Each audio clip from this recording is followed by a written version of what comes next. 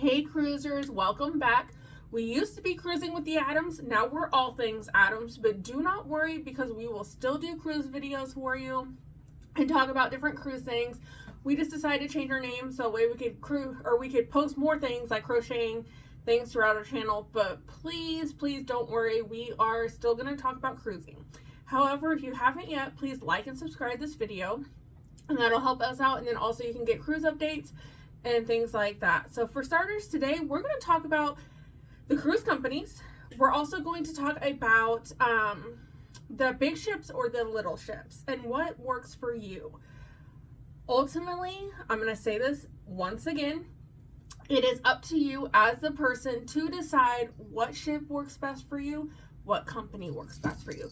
No one's going to be able to answer that for you. You have to know based on your personality and what you like and what you don't like to know whether or not something's going to work for you. For instance, my husband and I are 30 years old. However, we do like the younger scene of the parties, the comedy, things like that. So we like to mainly cruise with Carnival and Royal Caribbean because they have the different parties on the ships, like the glow parties, the 80s parties. However, my husband and I are not big drinkers, but we do like to go and people watch. I mean, everyone people watches all the time. So we do like to go to see what the outfits are, what people are doing. We just go for the music, just for the fun of it. However, there are other cruise companies that aren't really big in blaring music. For instance, they do have a sail away party, but it's not as big as Carnival or Royal Caribbean. However, we just like to have a party scene, just it's always pumping. So for us, we love Carnival and we love Royal Caribbean. However, we will check out other cruise ships as well. There are some cruise lines, like for instance Princess, that's really laid back. Holland America is really laid back. My husband and I would love to try it, but however, we're a little iffy because I feel like we might get a little bored. Stop, Tiny. Sorry, my cat is like destroying everything next to me. So with that being said, we prefer to cruise with Carnival or Royal Caribbean just because they have more of the party scene going. They have music playing.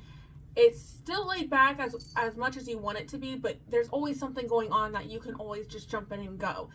I will say Carnival and Royal Caribbean, their prices are, I would say, roughly the same for us at least. So, I mean, if you really want a party scene or if you're taking little ones and make sure they have something to do, I would definitely say Royal Caribbean or Carnival is going to be your best bet. However, now we're going to talk about whether or not you should cruise on a big ship or a little ship. For me personally, there's pros and cons for every ship. Ultimately, it's up to you. However, I will say do your research, because if you do your research, if you get on YouTube like you're on now and do ship tours of the ships before deciding what ship you should go on, that will also help you narrow down what ship works best for you. We've been on a few, so we've been on big ships, little ships, things like that. I will say I do love the little ships. I feel like they're a little bit more personable. They're less people. However, it also depends on when you cruise. So if you go during the summertime, obviously there's going to be a bunch of kids. There's going to be a lot of kids around. They're all out of school. They're all on vacation. So the wait times, no matter what ship you're on, may be longer than the normal cruising on a different month. For instance, we do November and we do December months, sometimes January. And on those ones, what we do is it's very laid back. So there's kids, but there's not like a crazy amount of kids, and it's not overly crowded. We really don't have many wait times, maybe a couple minutes here and there. But if you do go in the summertime, I will say that they have a longer wait time just because there's more people on the ship, there's more kids on the ship, things like that. However, if you do have kids, I would recommend going on that time for the summertime because there's other kids they can get in contact with, they can hang out with, they can make friends, long life friends at that. So that's just something to kind of think about. We're going on spring break. However, because we do not have kids yet, we choose to cruise on the off seasons because it's a little bit easier for us. However, there are pros and cons of doing a big ship versus a little ship. For instance, there's wait times no matter what. Your bigger ships might have more of a wait time just because there's more people on board.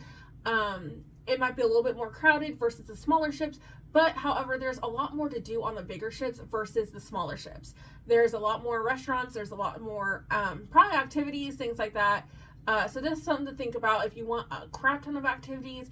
Not saying the smaller ships don't have them, because they definitely do. Trust me, we did an 8-day cruise and we were doing nothing but activities all throughout the cruise, whether it was comedy shows, trivia, bingo, Deal or No Deal. There was a bunch to do. We were constantly running around, so it's not like you're gonna not be bored the whole cruise unless you decide to just sit down and do nothing with your life for the whole entire cruise. And yes, you're gonna be bored.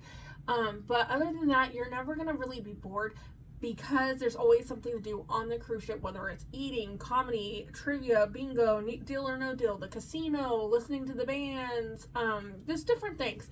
So that's something to think about also when cruising, whether you would rather be on a bigger ship that might have a little bit more to do, but there might be longer wait times, a little bit more crowded because of people. However, the ships are bigger, so it's not going to be crazy crowded. It just depends on when you also go on a cruise. If you go during the summertime, there's going to be a lot more kids, versus if you go on a time of the off season, which is like what we do. There are kids, but they're not as many. And do not forget also, if you are taking your children, they do have like, for instance, Carnival, they do have kids groups that they can go to. Also, they have the arcade, and they have multiple foods for the kids to eat. So I don't feel like the kids will ever really be bored. But also just remember that on the smaller ships, and including the bigger ships, they do have nightclubs. So if you're into that scene, however, my husband and I really aren't into that scene, but if you are into that scene, they do have nightclubs on the ship. Just be very careful at night, because you never know, people be drinking. It might get kind of a little bit crazy. So just be very curious of other people, and just make sure you are aware of your surroundings. Lastly, let's talk about the cruise groups and researches on Facebook and YouTube. Now, I will say I do follow a few cruise vloggers. They're very good. If you don't have any, I would recommend to either watch Life with Favor, Have Luggage Will Travel, and Dave and Brandy Excursions. They are very good people. They love to vlog their cruise. They're very knowledgeable about their research on the cruise ships. They'll give you every information possible that they have, and also they will walk you through like the cruise ships. Now, they don't really do tours of the cruise ships much anymore. However, in their older videos, they do cruise ship tours. So that's one thing you can think about, is whenever you're on YouTube, just type in, like, let's say you're going on Carnival Breeze, or you're thinking about going on Carnival Breeze ship. You can just type in Carnival Breeze Tour, and there's multiple, like, thousands of videos that you can pick from to look over the cruise ship to see, okay, is this going to work for me? Is this not going to work for me? However, there are a bunches of videos. So anything you can think about cruising, you can always just type into your search bar. More than likely, there's going to be thousands of videos on it, like what to bring, what to pack, what can I get at the Dollar Tree. I have a few videos at the Dollar Tree of things that I found that I like to bring on my cruise that are helpful for others. Also, like doing ship tours, or you might wonder, like, okay, what does Royal Caribbean have to offer versus Carnival? Well, get on their website, look them up. If you can split the screen, look them up, see what they provide, what they don't provide, things like that. Before you book a ship, though, I would recommend getting on YouTube or researching it more on Google to find out, okay, what does this ship have to offer? What is this? What is that? Am I going to have fun? Am I not going to have fun? Lastly, if you do Facebook groups, great. They're wonderful. I'm in a few myself. I don't participate in them. The reason for that is because a lot of the people in the Facebook groups, they're either seasoned cruisers, new cruisers, in between, like how we're in between. However, some people are very nice, some people are very mean. They do laugh at you, they do make comments about it. When you ask a question, they do like to make little nitpick comments.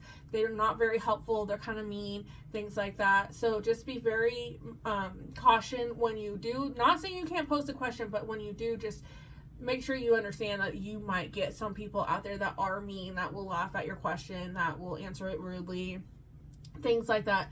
So just be prepared for that. Also, on the Facebook groups, if you do not want to post a question, you can always do the search bar up at the top right hand corner when you're on the phone and on a computer, and you can type in the question there, and more likely someone has already asked that question and people have already answered that question. However, do not take what everyone's saying towards you like with a grain of salt. Don't get upset over it. They're just trolls mostly. They're people that might have cruised for a long time that think they're the gods of the sea. Just be very mindful and think about it when you are posting questions on there. Do not let people discourage you. Cruising is absolutely the best. It is fun, great time. So please do not let people dictate what you can and can't do and dictate how you're gonna feel on your cruise, because ultimately it is up to you, because there are just some people out there that are very mean about it. They think they know everything about it because, you know, they're seasoned cruisers. They might be platinum, diamond, whatever. All I'm saying is really become friends with the ones that are really nice, that are going to be helpful. Make sure you YouTube stuff, because there's multiple videos out there on YouTube. Search it in the groups, you know, if you don't feel like asking the question or you're too shy. Ultimately, some people are going to laugh at you, some people aren't going to laugh at you, some people are going to be helpful, some people are going to be rude. Just keep that in mind when you do ask about research on there. However, I hope this video found it to be helpful for you guys. If you have any questions, please reach out. And also, just remember, if you haven't done so far, please like and subscribe. And I will catch you later on another cruise video. Bye, guys.